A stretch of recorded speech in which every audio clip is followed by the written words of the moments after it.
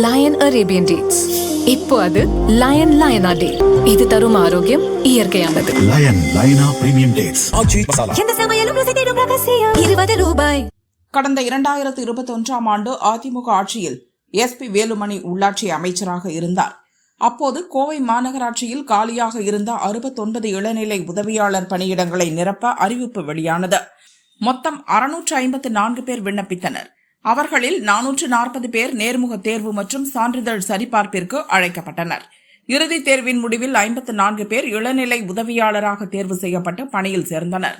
இந்த பணி நியமனத்தில் முறையான விதிமுறைகள் பின்பற்றப்படவில்லை. தகுதியானவர்களுக்கு வாய்ப்பு மறுக்கப்பட்டு முறைகேடு நடந்துள்ளது என குற்றச்சாட்டு எழுந்தது. கோவை மாநகராட்சி தூய்மை பணியாளர் ஈஸ்வரி உட்பட சிலர் சென்னை ஹைகோர்ட்டில் வழக்கு தொடர்ந்தனர். முதலில் இந்த வழக்கை விசாரித்த ஹைகோர்ட் தனி நீதிபதி மனுதாரர்களின் கோரிக்கையை நிராகரித்து வழக்கை தள்ளுபடி செய்தார். தனி நீதிபதி உத்தரவை எதிர்த்து மனுதாரர்கள் சென்னை ஹைகோர்ட்டில் மேல்முறையீடு செய்தனர். நீதிபதிகள் சுப்பிரமணியம் மற்றும் செந்தில்குமார் அடங்கிய அமர்வு மேல்முறையீட்டு வழக்கை விசாரித்தனர். பணி நியமனம் தொடர்பான ஆவணங்களை முழுமையாக ஆய்வு செய்தனர்.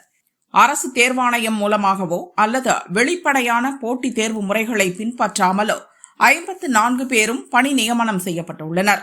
அரசு பணிகளில் இதுபோன்ற சட்டவிரோத நியமனங்களை அனுமதிக்க முடியாது.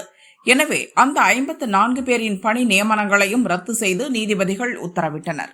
அத்துடன் சட்டவிரோத பணி நியமனத்திற்கு உடந்தையாக செயல்பட்ட அதிகாரிகள் மீது நடவடிக்கை எடுக்க வலியுறுத்தினர். சென்னை ஹைகோர்ட்டின் இந்த தீர்ப்பை எதிர்த்து பாதிக்கப்பட்ட பணியாளர்கள் தரப்பில் சுப்ரீம் கோர்ட்டில் மேல்முறையீடு செய்யப்பட்டது. சுப்ரீம் கோர்ட் நீதிபதி விஸ்வநாதன் தலைமையிலான அமர்வு வழக்கை விசாரித்தது. அதில் சென்னை ஹைகோர்ட் அளித்த தீர்ப்பில் எந்த தவறும் இல்லை, அது சரியானது என தெரிவித்தனர்.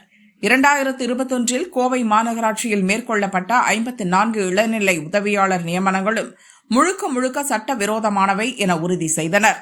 சட்டவிரோதமாக பணியில் சேர்ந்த 54 பேரையும் உடனடியாக பணி நீக்கம் செய்ய வேண்டுமென தீர்ப்பளித்தனர்.